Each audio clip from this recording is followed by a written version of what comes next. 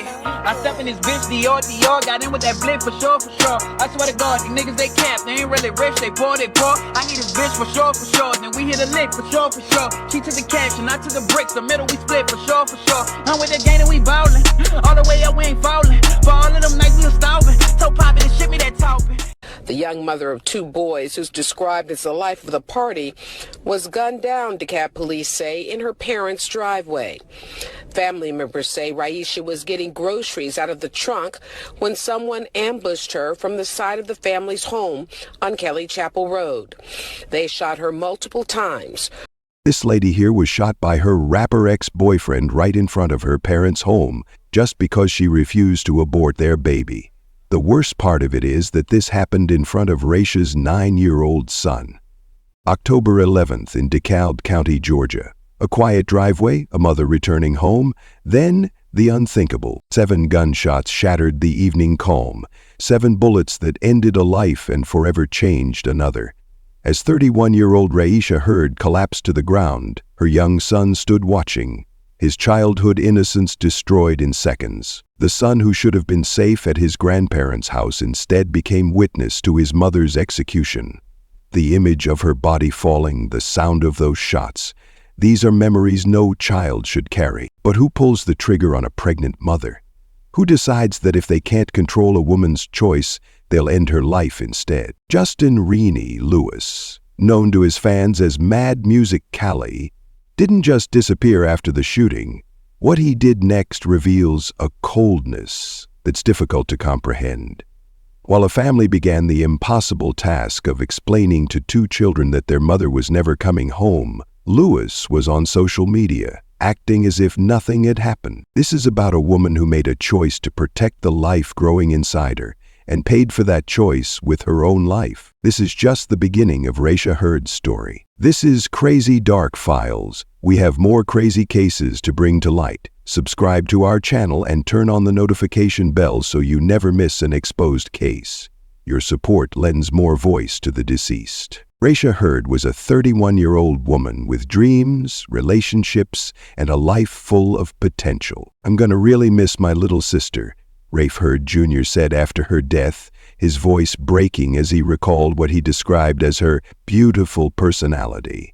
Those weren't empty words spoken in grief. They were a reflection of how Raesha moved through the world. First and foremost, she was a mother. How bad it hurt for them to have witness that is unexplainable. It's so hard. Her 2 children, ages 8 and 9 at the time of her murder, were the center of her universe. The morning routines, the homework help, the bedtime stories, these daily acts of love defined her life. And when she discovered she was pregnant again, she embraced this new life, despite the complications it would bring. But what if she had known the price of that decision? Raesha's older sister, Rhonda Heard Dickens, painted a picture of someone who treated everyone well, a quality that makes what happened to her even more difficult to process. And to know she kind of went through an experience where she wasn't treated well, it's hurtful, it's very hurtful, Dickens shared. The contrast between how Raesha treated others and how she was treated, hanging heavy in her words. Think about that for a moment. A woman known for her kindness, subjected to years of mistreatment by someone who claimed to love her. Family gatherings at the Heard household were brighter because of Raesha's presence. Her laugh, her way of making everyone feel included, her ability to find joy in small moments, these were the qualities that made her beloved in her community. What many people don't realize about victims of domestic violence is that they often hide their suffering behind smiles. They become experts at compartmentalizing their pain. For Raesha, her children provided the motivation to maintain this facade. She wanted them to feel safe, to believe in the goodness of the world, even as her own world was filled with fear. When she finally made the decision to break free from her relationship with Justin Rennie Lewis, it wasn't just for herself. It was for her children. It was for the baby she was carrying. It was an act of courage that tragically would cost her everything. The cruelty of domestic violence is that it isolates before it destroys. It whispers lies into the ears of its victims. You deserve this. No one will believe you. You have nowhere to go. For Raesha, finding the strength to reject these lies meant returning to her family, seeking safety in her parents' home. She never imagined that this sanctuary would become the scene of her murder. What does it say about our society that a woman can do everything right, leave her abuser, seek family support, choose life for her unborn child, and still end up dead in her parents' driveway? Her story isn't just about how she died. It's about how she lived, who she loved, and the choices she made until her final moments. Lewis wasn't just any boyfriend. In DeKalb County's local music scene, he had carved out an identity as Mad Music Cali, a rapper with ambitions bigger than his actual fame. His social media presence projected the image of a rising star, someone destined for bigger things.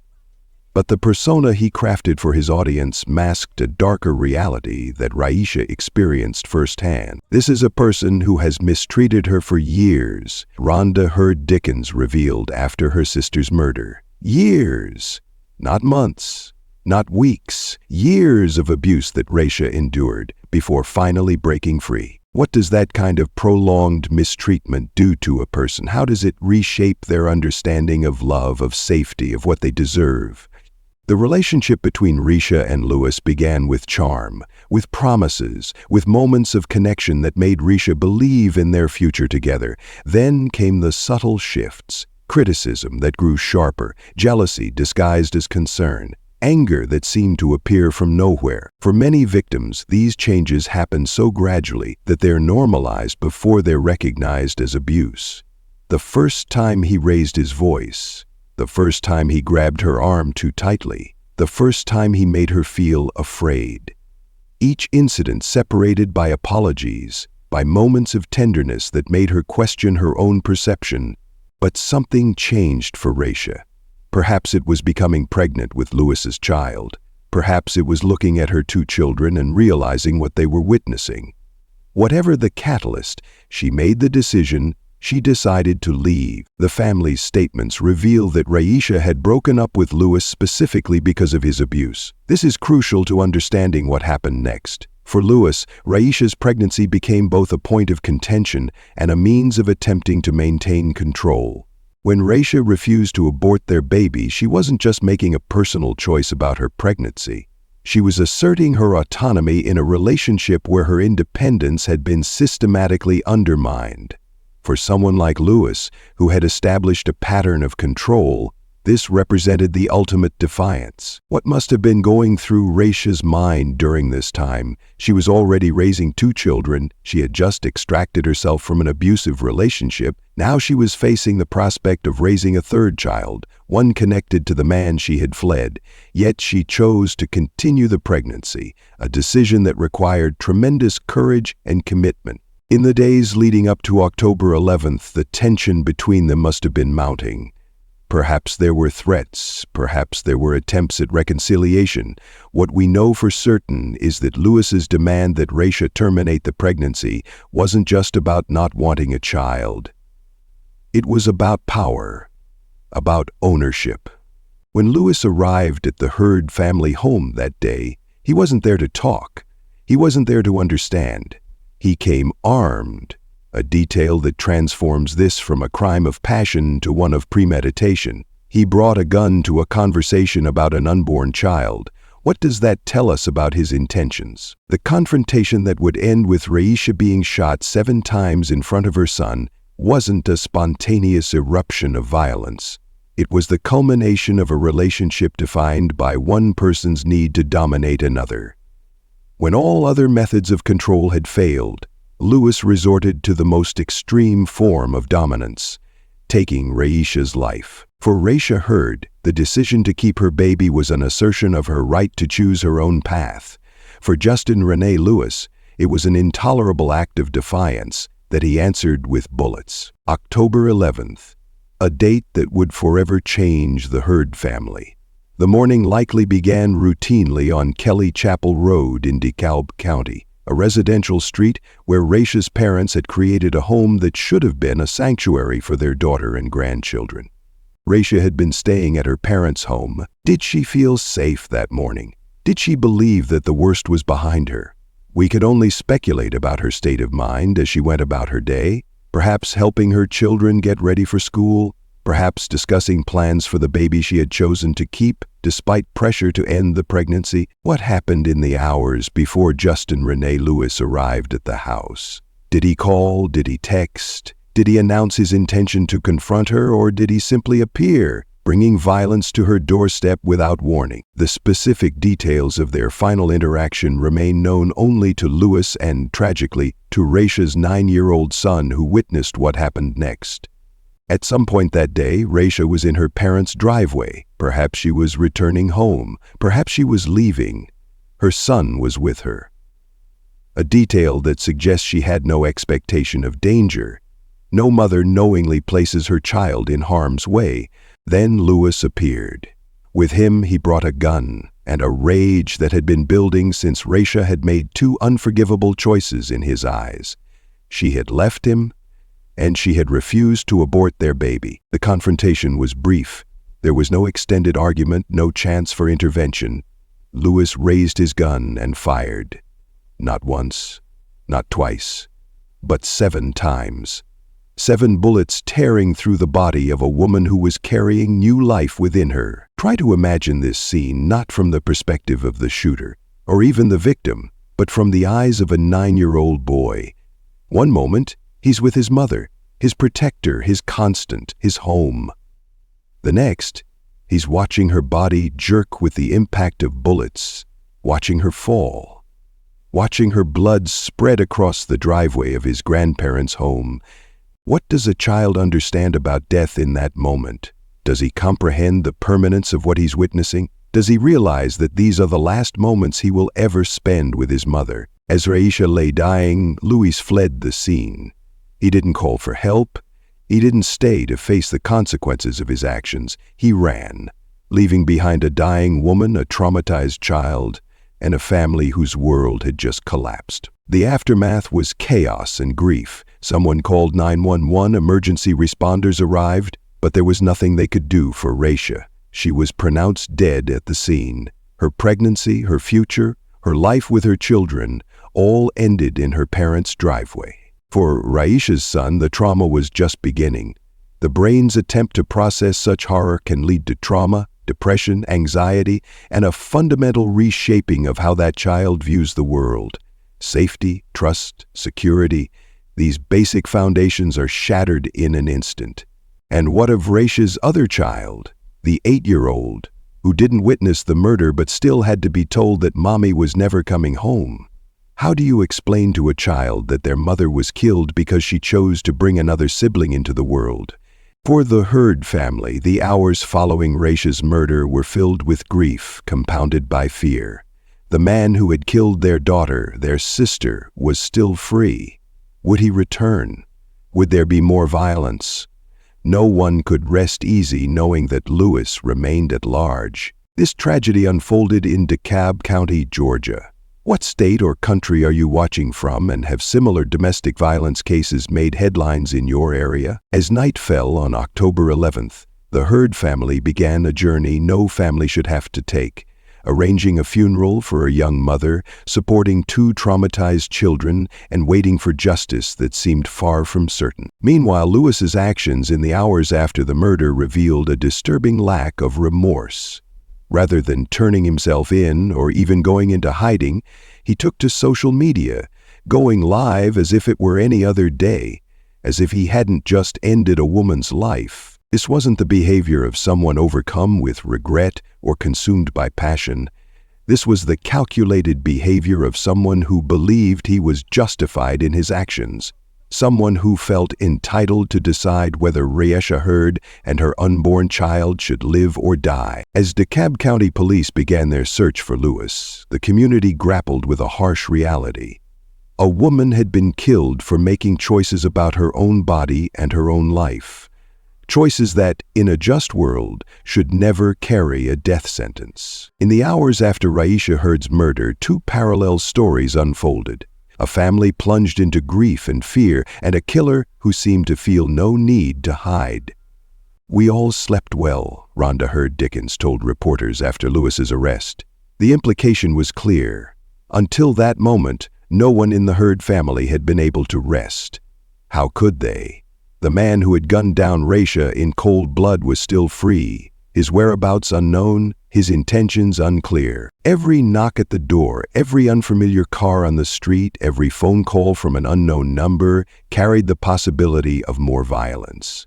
The Heard family wasn't just mourning. They were living in a state of hypervigilance that most of us can barely imagine. For Raesha's children, this fear compounded their grief. Not only had they lost their mother, but the man responsible was still out there.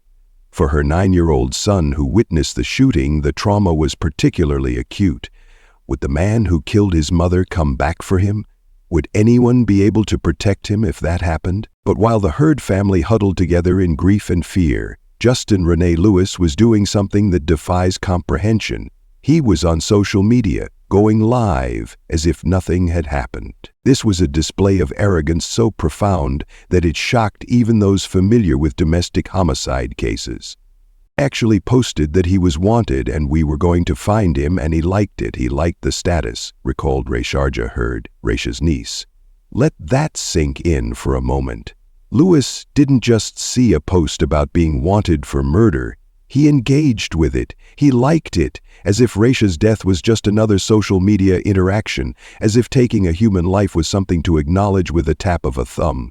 What does this behavior tell us about Lewis's state of mind? About his understanding of what he had done? About his capacity for empathy or remorse? Meanwhile, the DeKalb County Police Department was working to locate Lewis. Domestic homicide cases present unique challenges for law enforcement. Unlike stranger homicides, where the perpetrator's identity may be unknown, in these cases, police typically know exactly who they're looking for. The challenge isn't identification, it's location. The investigation would have followed standard protocols: interviewing witnesses, securing the crime scene, collecting evidence, and most importantly, tracking Lewis's movements after the shooting. They would have monitored his known addresses, contacted his associates, and watched for any activity on his social media accounts. Activity that Lewis, remarkably, made no effort to conceal. For 8 days, Lewis remained free. 8 days during which the Heard family lived with the knowledge that Raesha's killer was out there, perhaps planning his next move, perhaps targeting another victim. Then came the breakthrough. On October 19th, just over a week after the murder, DeKalb County Police located Lewis in Forest Park, a city about 20 miles southwest of Atlanta. His arrest had some impact on the Heard family. "I'm just happy that Justin is captured," Dickens said, "because we don't want anybody else to experience this. No other family." There's something powerful in that statement. Even in their grief, the Heard family was thinking about protecting others from experiencing similar tragedy. They understood what many don't. Domestic violence rarely remains contained to a single victim. Those who kill intimate partners often go on to harm others. With Lewis in custody, charged with malice murder and held in the DeKalb County Jail, the Heard family could begin the long process of grieving without fear. They could turn their attention to supporting Raesha's children and preparing to lay their loved one to rest. But the arrest, while bringing a measure of relief, couldn't undo what had happened. It couldn't bring Raesha back. It couldn't erase the trauma her son had experienced. It couldn't restore what had been taken from this family in an act of violence that was as preventable as it was devastating. Justice was in motion, but healing? Healing would take much longer. With Justin Renee Lewis in custody at the DeKalb County Jail, the wheels of justice began to turn. The charge against him, malice murder, carries significant weight in Georgia's legal system. Unlike felony murder or voluntary manslaughter, malice murder specifically implies deliberate intention to take a life, with malice aforethought. This charge reflects the premeditated nature of Raesha's killing. Lewis didn't just happen to have a gun during an argument that escalated. He came armed to confront a woman who had refused his demand to abort their child.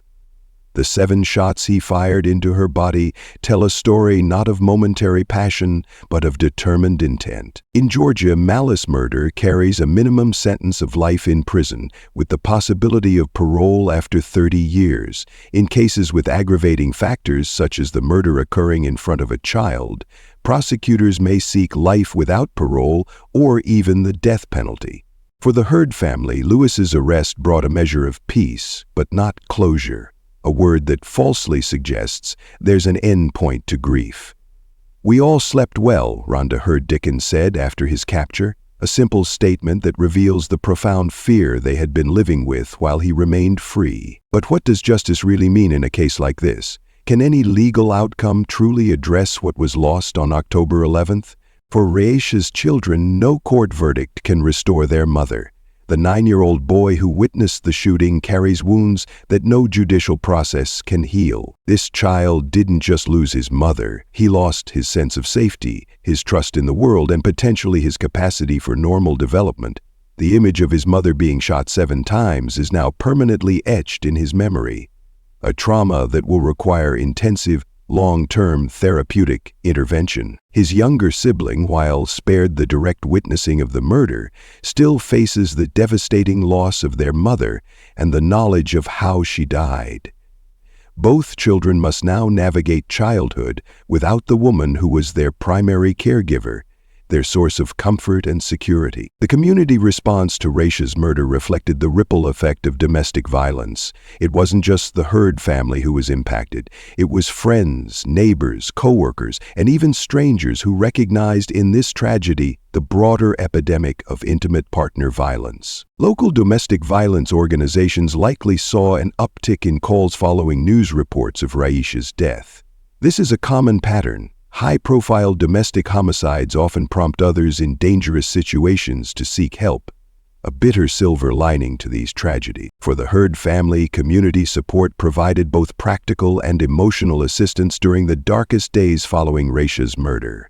From helping with funeral arrangements to providing meals, from offering childcare to simply being present, this support formed a crucial safety net. Raesha was laid to rest on Monday, October 23rd, just days after Lewis's arrest. The funeral would have been both a celebration of her life and a painful acknowledgement of its premature end. For her children, this ceremony marked the beginning of a new reality, one without their mother's physical presence. As the case against Lewis proceeds through the legal system, the true impact of his actions continues to unfold in the lives of those Raesha left behind. Justice in the courtroom is important, but it's only one dimension of a much larger picture, a picture that includes 2 children growing up without their mother, parents who lost their daughter, and siblings who lost their sister. This is the true cost of domestic violence, not measured in legal terms, but in human lives forever altered. Raesha Heard's murder wasn't just a tragedy, it was a preventable one. The pattern that led to her death is one that domestic violence experts have documented countless times. Control escalates to physical abuse. Physical abuse escalates when the victim attempts to leave, and the most dangerous moment comes when the abuser realizes they've lost control. What were those signs in Raesha's relationship with Justin Renee Lewis? Her family described him as someone who had mistreated her for years. This mistreatment likely began with subtle forms of control, monitoring her whereabouts, isolating her from friends and family, criticizing her choices, undermining her confidence. Raesha did recognize the danger. She ended the relationship. She sought safety with her family. But what many don't understand about domestic violence is that leaving doesn't end the risk. It often heightens it. When an abuser loses control over their victim, they frequently become more dangerous, not less. This is why domestic violence homicides so often occur after separation. It's why restraining orders, while necessary, aren't sufficient protection. It's why the most dangerous time for a victim is not during the relationship, but when they attempt to leave it. The reality is that our system places the burden of safety on victims, rather than holding abusers accountable before violence turns deadly. We ask, why didn't she leave sooner? Instead of, why wasn't he stopped sooner? Raesha's family's message about recognizing signs early speaks to this reality. In a world where protection often comes too late, prevention becomes crucial. Identifying red flags before emotional attachment deepens, before children are involved, before lives are intertwined in ways that make separation more difficult.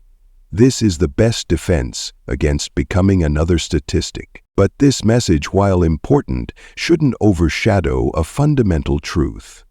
Raesha did nothing wrong. She didn't fail to recognize signs quickly enough. She didn't make poor choices. She was a victim of someone else's violence. Violence that our society failed to prevent. Raesha Heard was laid to rest on October 23, 2023, surrounded by those who loved her.